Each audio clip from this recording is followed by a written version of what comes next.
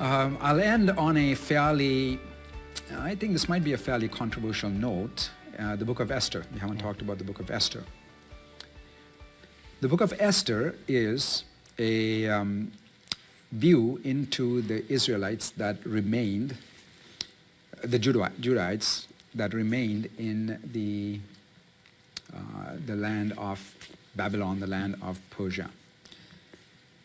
In many ways, that was a very bad thing for them to do. Because what all the prophets, Jeremiah, Isaiah, Jeremiah, Ezekiel, all of them said was, look, you've been bad and you've done the crime, now you have to do the time, and God is going to send you into exile. But that's not the end. He's going to bring you back. Even way back, Moses had prophesied the history of Israel, and he said, God is going to bring the mother of all curses upon you, which is exile. But then, when you're there, he will renew you and he will bring you out. Ezekiel's great prophecy of the valley of dry bones that come together and stand a great host, and then they return to the Lord. But when it actually happened, very few returned. Most of the Jews, now we can begin to start using the word Jew. You cannot use it before the tribe of Judah was alone. After that time, I used the word Israelites. I would never say David was a Jew. To me, he's an Israelite. The Jews stayed back. And in doing so, they placed themselves outside the revealed will of God. They were in disobedience. They were not to stay there. But these people said, you know what, life here is pretty good.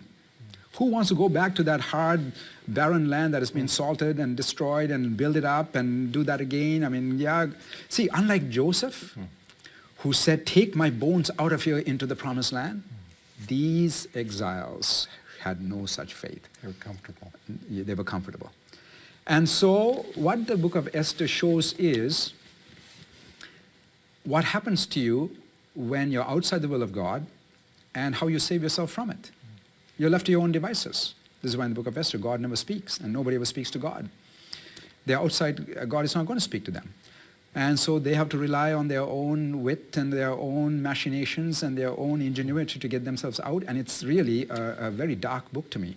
She has to prostitute herself and compromise every vestige of biblical faith and goodness to throw herself sexually at this person and use her sexuality. She is exactly the opposite of the Proverbs 31 woman. Charm is deceitful and beauty is vain, but a woman who fears the Lord is to be praised. That is exactly the opposite of Esther, who had to maximize her feminine charms to make sure that she worked herself into that court and that man would lust after no other of his concubines but her.